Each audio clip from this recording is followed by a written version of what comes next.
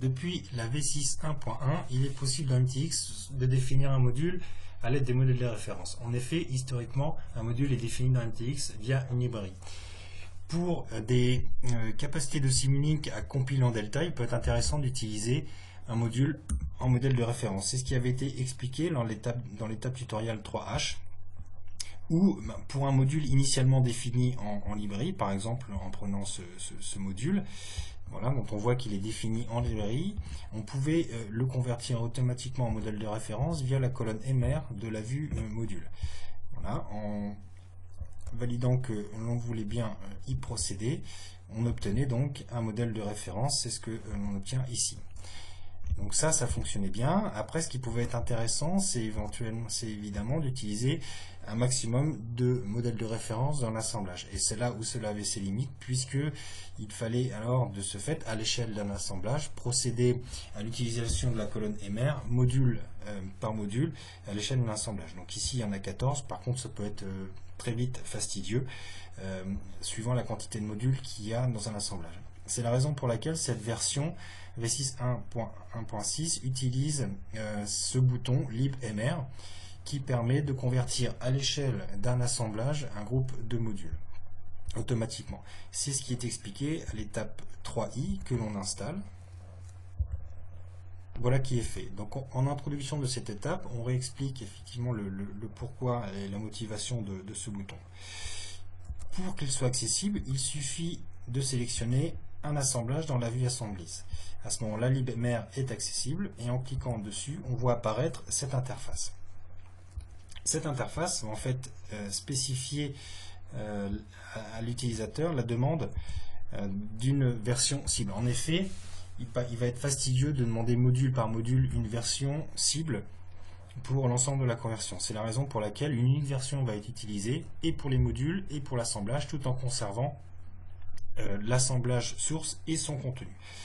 Donc, et pour les deux chemins possibles, de librairie vers modèle de référence, qui sera très certainement le plus utilisé, mais également le chemin inverse, nous y reviendrons en fin de tutoriel. Évidemment, si on choisit le chemin de conversion librairie à module de référence, alors uniquement les modules définis en librairie seront convertis. De même, les modules capitalisés sont complètement ignorés du processus de façon cohérente. Et si on choisit par exemple VUMR et que l'on valide, cette version est complètement licite et on voit ici le processus qui se déroule avec les conversions module après module des modules éligibles à cette conversion. Et donc in fine, on a un résumé des conversions qui ont été effectuées. Et désormais, VUMR est ici. Et si on va dans la vue assemblage, on voit qu'il contient toutes les versions ainsi définies en modèle de référence. Alors on va voir tout de suite qu'il n'est pas forcément pertinent et utile de convertir tous les modules d'un assemblage. En effet, il y a des incompatibilités à l'usage des modèles de référence dans Simulink. C'est ce que l'on va illustrer en tant que tel. On sait que la version source VU20 fonctionne très bien en CTRL-D. Et si on auto-assemble en fait la version ainsi convertie, on voit que, ne serait-ce qu'à l'étape des vérifications, il y a une incompatibilité.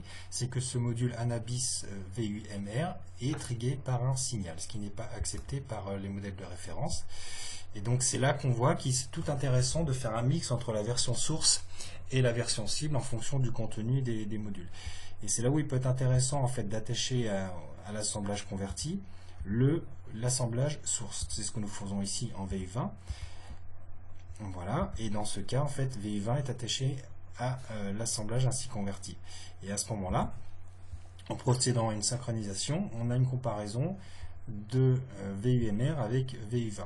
En enlevant les modules qui sont égaux de part et d'autre, c'est-à-dire les modules capitalisés, on a cette comparaison. On souhaite récupérer de fait la version librairie de ce module. Il suffit de procéder, de cliquer sur ce bouton pour le mettre dans la VUMR. Voilà, et ici on a bien la version libre de Anabis que l'on peut éventuellement ouvrir et sans surprise on a bien sa version librairie. Procédons donc désormais à son auto-assemblage puisque le but est de faire comme la VU20 un CTRL-D qui fonctionne. On voit qu'ici il n'y a plus d'erreur de vérification. On valide afin que MenTX procède à l'auto-assemblage qui est fait. Donc on peut vérifier par exemple que Anabis VUlib est bien dans sa version librairie, ce qu'on peut aller voir voilà, de suite, bien dans la version librairie. Bien les modèles de référence pour les modules qui étaient en version utilisateur.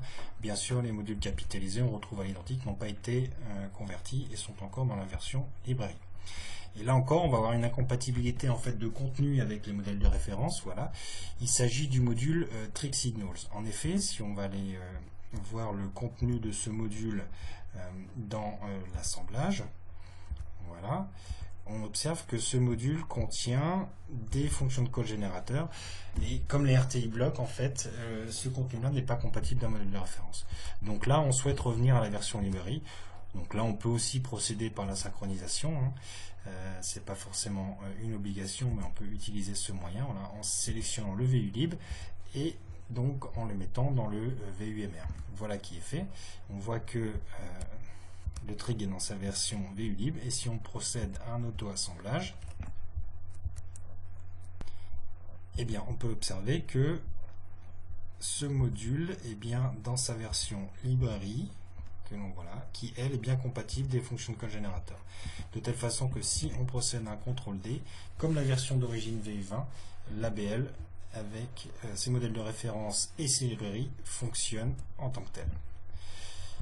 Donc voilà pour cette fonctionnalité. Alors bien sûr, il est possible de faire le chemin inverse, même si dans MTX ce sera moins utilisé, mais si on considère par exemple à titre de démonstration que l'on souhaite convertir les modèles de référence en librairie pour le VUMR, eh bien ce bouton est tout aussi accessible.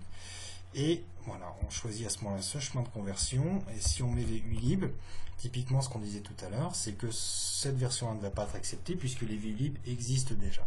Donc à ce moment-là, on peut prendre un VUlib 2 à titre d'exemple. Et on voit que cette conversion à l'identique se fait. Donc les modules qui ont été convertis en librairie et on retrouve cet assemblage-là. Voilà donc ce que l'on pouvait dire à l'aide de cette étape tutoriel 3i concernant la conversion automatique de modules, soit de librairie à modèle de référence, soit de modèle de référence à librairie, à l'échelle d'un assemblage.